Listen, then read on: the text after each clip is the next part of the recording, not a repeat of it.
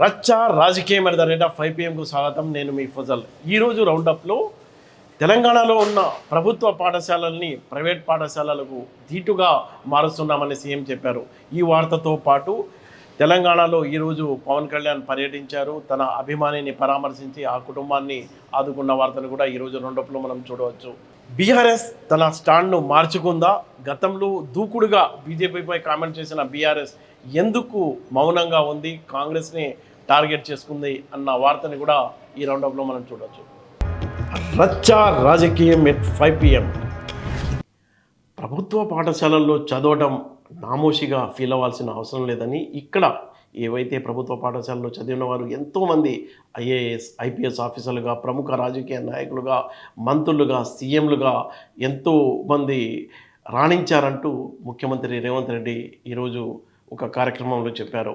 ఆరుట్లలో Telangana public school పేరుతో ఒక integrated స్కూల్ని ఆయన ప్రారంభించారు. గతంలో కులాల వారీగా స్కూల్స్ ఉండేవి. వాటికి భిన్నంగా రాష్ట్ర ప్రభుత్వం అంతర్జాతీయ ప్రమాణాలతో విద్యార్థుల్లో ఇంగ్లీష్ భాషపై పట్టు సాధించేలా, టెక్నికల్ విద్యలో రాణించేలా ఇలాంటి స్కూల్స్ను ఏర్పాటు చేస్తున్నామని, ఈ స్కూల్స్ మొత్తం తెలంగాణలో ఉన్న 27 లక్షల మంది విద్యార్థులకు ఆదర్శప్రాయంగా ఉంటుందని సీఎం రేవంత్ రెడ్డి ఈ సందర్భంగా అభిప్రాయపడ్డారు. రంగారెడ్డి జిల్లా ఆరుట్లలో ప్రయోగాత్మకంగా ఈ పబ్లిక్ స్కూల్ కాన్సెప్ట్ను ప్రారంభించారు, ఒక పైలట్ ప్రాజెక్టుగా. అయితే మొత్తం 100 నియోజకవర్గాల్లో మరో 100 ఇలాంటి పబ్లిక్ స్కూల్స్ ఏర్పాటు చేయాలనేది రాష్ట్ర ప్రభుత్వం యొక్క లక్ష్యం. దీనికోసం 25-26 బడ్జెట్లో 500 కోట్ల రూపాయలు కూడా రాష్ట్ర ప్రభుత్వం కేటాయించింది. అయితే ఈ ఆరుట్ల పాఠశాల కోసం 15 కోట్ల రూపాయలు ఖర్చు పెట్టారు. చాలా ఆధునికంగా ఈ పాఠశాల నిర్మాణం జరిగింది.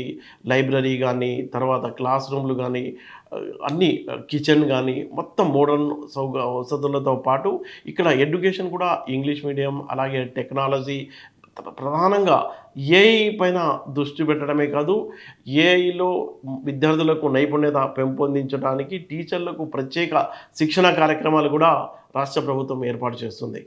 త్వరలో రాష్ట్ర వ్యాప్తంగా ఉన్న 614 మండలాల్లో ఉన్న పాఠశాలల్లో అప్గ్రేడ్ చేయడంతో పాటు కొత్తగా అంతర్జాతీయ ప్రమాణాలతో మరో 614 పాఠశాలలు ఏర్పాటు చేయాలన్న ఆలోచన కూడా రాష్ట్ర ప్రభుత్వం చేస్తుంది. రాష్ట్ర ప్రభుత్వం ఏదైతే రేవంత్ సర్కార్ ఆరుట్లలో ప్రయోగాత్మకంగా చేపట్టిన ఈ ప్రాజెక్ట్ కనుక విజయవంతమైతే తెలంగాణలో ప్రభుత్వ పాఠశాలల్లో చదువుకుంటున్న పేద విద్యార్థులకు నాణ్యమైన విద్య లభిస్తుందని ఖచ్చితంగా చెప్పవచ్చు. మనం చూడవచ్చు, తెలంగాణలో 74 లక్షల మంది విద్యార్థులు చదువుతున్నారు. అందులో 26 లక్షల మంది ప్రభుత్వ పాఠశాలల్లో, అంటే 36%, 47 లక్షల మంది ప్రైవేట్ పాఠశాలల్లో 67% చదువుతున్నారు. అయితే దారుణమైన దయనీయమైన విషయం ఏంటంటే, ప్రభుత్వ పాఠశాలలో గణనీయంగా చేరే విద్యార్థుల సంఖ్య పడిపోతుంది. ఎందుకంటే అక్కడ తెలుగు మీడియం ఉంది. ఆ తెలుగు మీడియం, ఇంగ్లీష్ మీడియం ఉన్నా అక్కడ బోధన సరిగా లేకపోవడంతో, అంటే ఈ బోధన సరిగా లేకపోవడం అని ఎందుకు అంటున్నానంటే, ప్రభుత్వ పాఠశాలలకు సంబంధించి 1,08,000 మంది ప్రభుత్వ టీచర్లు ఉన్నప్పటికీ కూడా 192 పాఠశాలల్లో 0 రిజల్ట్ వస్తుంది. లెక్కలు అవి చెప్తున్నాయి. అంటే అంత దారుణంగా ఉంది. కాబట్టి ఎవరు కూడా పేరెంట్స్ పేద పిల్లలైనా, పేదవారైనా ప్రభుత్వ పాఠశాలల్లో పంపించడానికి భయపడుతున్న నేపథ్యంలో, కొంత ఖర్చు పెట్టైనా ప్రైవేట్ పాఠశాలల్లో చదివించడానికి పేరెంట్స్ ఆసక్తి చూపుతున్న నేపథ్యంలో, ప్రైవేట్ పాఠశాలలేమో ఏకపక్షంగా ఫీజుల పేరుతో దోపిడీలు చేస్తున్నాయి.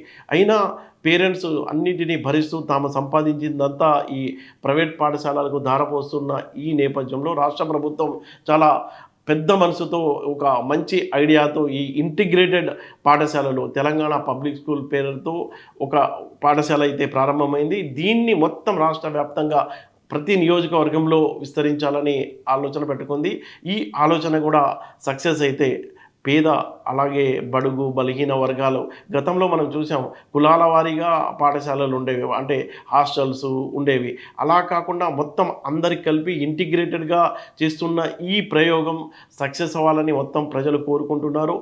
ఈ ప్రయోగం సక్సెస్ అయితే పేదవాళ్ళు, మధ్యతరగతి ప్రజలు, కింది కులస్తులు కూడా మెరుగైన నాణ్యమైన విద్య పొందడానికి అవకాశాలు చాలా కనిపిస్తున్నాయి. అంటే ప్రపంచంలో పోటీ ప్రపంచం అయిపోయింది. ఎవరు అంటే ఇక్కడ సర్టిఫికేట్‌కు ఇంపార్టెంట్ లేదు. నాలెడ్జ్ ఉన్న వాళ్ళకే అవకాశాలు వస్తున్నాయి కాబట్టి నాలెడ్జ్ పెంచుకోవడం అనేది చాలా కీలకంగా మారింది. ఈ నేపథ్యంలో ఇలా ఈ కొత్త కాన్సెప్ట్‌తో వస్తున్న పాఠశాలలు ఎంతో అవకాశాలు కల్పించే దిశగా పనిచేస్తాయని అందరూ కోరుకుంటున్నారు.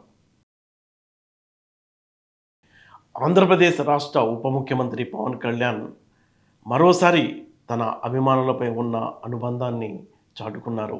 తనకు వీర అభిమాని అయిన హనుమకొండకు సంబంధించిన ఒక వ్యక్తి, నిరంజన్ అనే వ్యక్తి, 17 ఏళ్ల వ్యక్తి అరుదైన జన్యుపరమైన డిఎండి అనే వ్యాధితో బాధపడుతున్నాడు.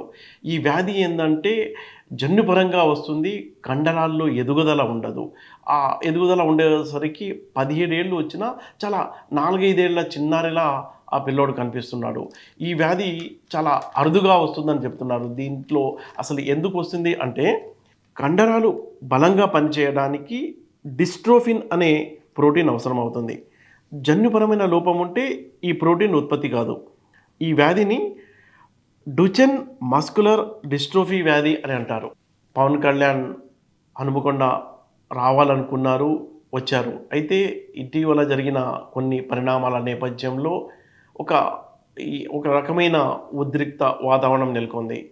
ఆయన తెలంగాణలో ఎంట్రీ ఇస్తారా? తెలంగాణ హైదరాబాద్‌లో ఉన్నప్పటికీ ఆయన స్వేచ్ఛగా ఒక ప్రజా కార్యక్రమం ప్రజల్లో వెళ్ళగలుగుతారా? అన్న దానిపైన చర్చ జరుగుతున్న నేపథ్యంలో ఆయన ఈరోజు ఉదయం హైదరాబాద్ నుంచి నేరుగా హనుమకొండకొచ్చారు. హనుమకొండకొచ్చి 45 నిమిషాల పాటు వాళ్ళ నిరంజన్ వాళ్ళ ఫ్యామిలీతో కూర్చొని మాట్లాడారు. ఆ చిన్నారికి, వాళ్ళ ఫ్యామిలీకి ధైర్యాన్ని, భరోసాని ఇవ్వడంతో పాటు నిరంజన్‌కు అవసరమైన ట్రీట్మెంట్ ఖర్చులకు రూ. 1,00,000 ఇస్తున్నట్టు అక్కడ పవన్ కళ్యాణ్ ప్రకటించారు. ఆయన ఆయనతో పాటు వచ్చిన ప్రముఖ నిర్మాత బండ్ల గణేష్ కూడా ఒక రూ. 5,00,000 విరాళాన్ని ఈ నిరంజన్ చికిత్స కోసం ఇచ్చారు. అయితే నిరంజన్ వాళ్ళ తల్లికి గతంలో క్యాంటీన్‌లో చేసిన అనుభవం ఉంది కాబట్టి ఆమె ప్రత్యేకంగా వ్యక్తిగతంగా ఒక ప్రత్యేక క్యాంటీన్ నిర్వహించుకోవడానికి అవసరమైన సహాయాన్ని కూడా అందించడానికి పవన్ కళ్యాణ్ హామీ ఇచ్చారు. దాంతోపాటు నిరంజన్ సోదరి చదువుకుంటుంది. ఆమెకి చదువుకయ్యే మొత్తం ఖర్చు కూడా తానే భరిస్తానని ఈ సందర్భంగా పవన్ కళ్యాణ్ చెప్పారు. ఆ తర్వాత అక్కడి నుంచి ఆయన నేరుగా బయలుదేరి హనుమకొండలో ఉన్న భద్రకాళి అమ్మవారి దేవాలయాన్ని సందర్శించి నిరంజన్ త్వరగా కోలుకోవాలని కూడా ఆయన ప్రత్యేక ప్రార్థనలు చేశారు.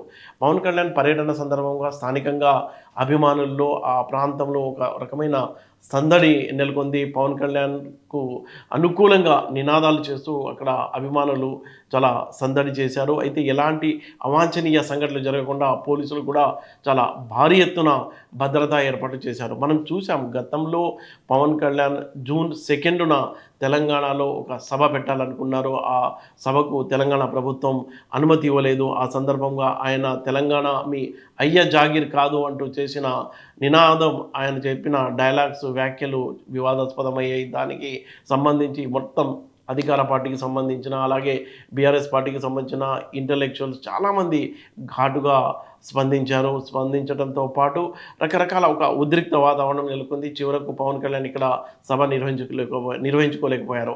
అయితే సోమవారం నాడు ఢిల్లీలో జరిగిన జనసేన ప్రస్థానం సభలో పవన్ కళ్యాణ్ మాట్లాడుతూ తాను తెలంగాణ అమరవీరులకు నివాళులు అర్పించాలనుకున్నాను కానీ కాంగ్రెస్ పార్టీ అనుమతించలేదు.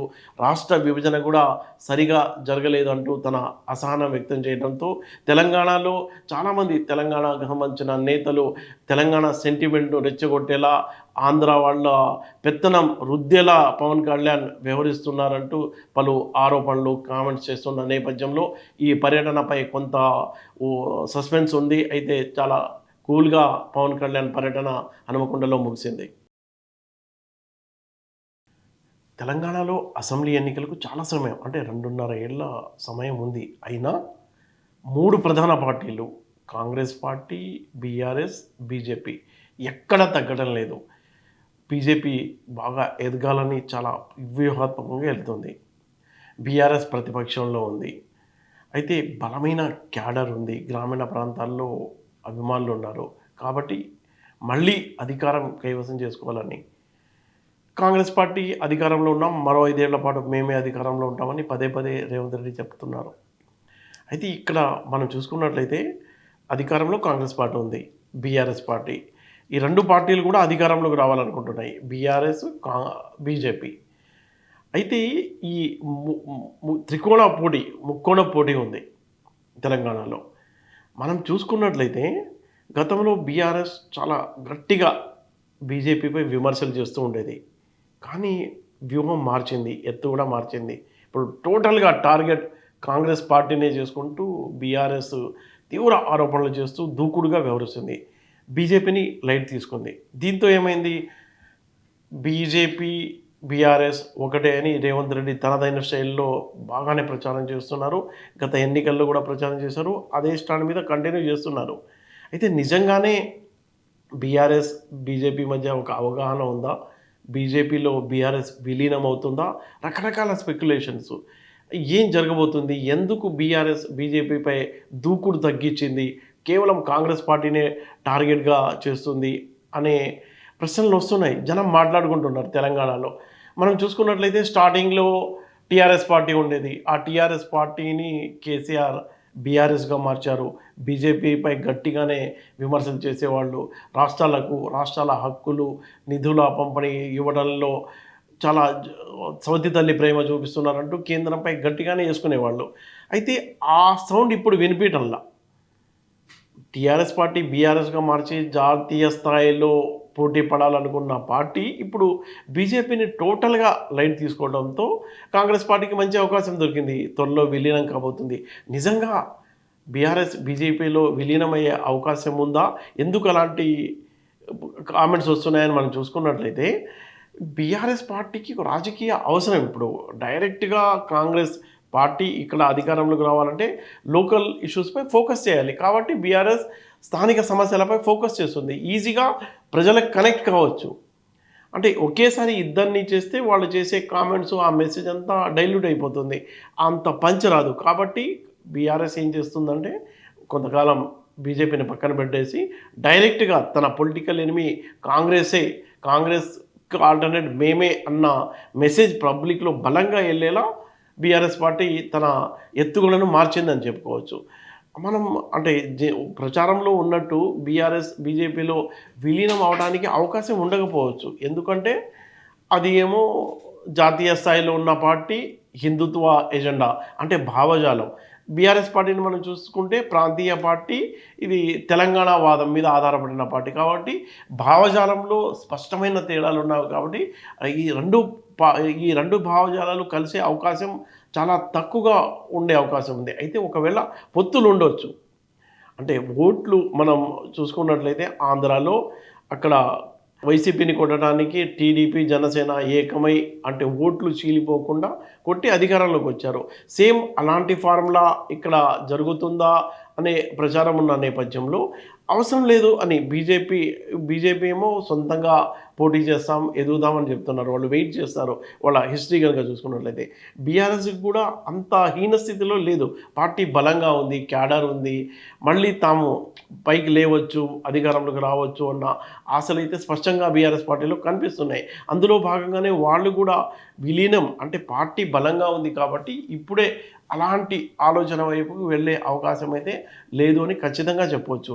పొత్తులైతే ఉండొచ్చు. పొత్తు పెట్టుకొని అంటే అక్కడక్కడ లేకపోతే టోటల్గా పొత్తు పెట్టుకుంటే సీట్ల పంపిణీ చేసుకొని అంటే రాబోయే రోజుల్లో 2.5 సంవత్సరాల తర్వాత తెలంగాణలో జరిగే ఎన్నికల్లో ఒక ట్రెండ్ అయితే ఇప్పుడు కనిపిస్తున్న ట్రెండ్ని బట్టి చూస్తే ఏ పార్టీ కూడా బలంగా లేదు, ఈజీ మెజార్టీతో గెలిచే అవకాశాలు తక్కువగా ఉన్నాయన్న విశ్లేషణలు అయితే వస్తున్నాయి ప్రస్తుతం ఉన్న ట్రెండ్ బట్టి. రాబోయే రోజుల్లో ఎలాంటి పరిణామాలు జరుగుతాయి, ఏం జరుగుతుంది అనేది ఇప్పుడే దాని మీద ఎన్నికల మీద ఒక అవగాహనకు రావడం అనేది చాలా కష్టమైన అంశమే. అయితే 3 పార్టీలు అంటే ఏ పార్టీ గెలుస్తుంది అని చెప్పే బదులు ఎవరితో కలిసి పోటీ చేస్తారు, ఎలా ఉంటాయి రాజకీయ సమీకరణలు అనేది మనకు ఒక చర్చ జరుగుతుంది. అయితే బీఆర్ఎస్ పార్టీ అయితే ప్రచారంలో ఉన్నట్టు బీజేపీలో విలీనమయ్యే అవకాశాలు చాలా తక్కువ ఉన్నాయి. కానీ పొత్తులైతే ఉండే అవకాశం స్పష్టంగా కనిపిస్తుంది. త్వరలో జరగబోయే జిహెచ్ఎంసీ ఎన్నికల్లో ఈ 2 పార్టీలు ఎలాంటి నిర్ణయం తీసుకుంటాయి, లేదా రిజల్ట్ వచ్చిన తర్వాత ఎలాంటి పరిణామాలు ఉంటాయి అనే దానిపైన ఆధారపడి ఉంటుందని మనం చెప్పుకోవచ్చు.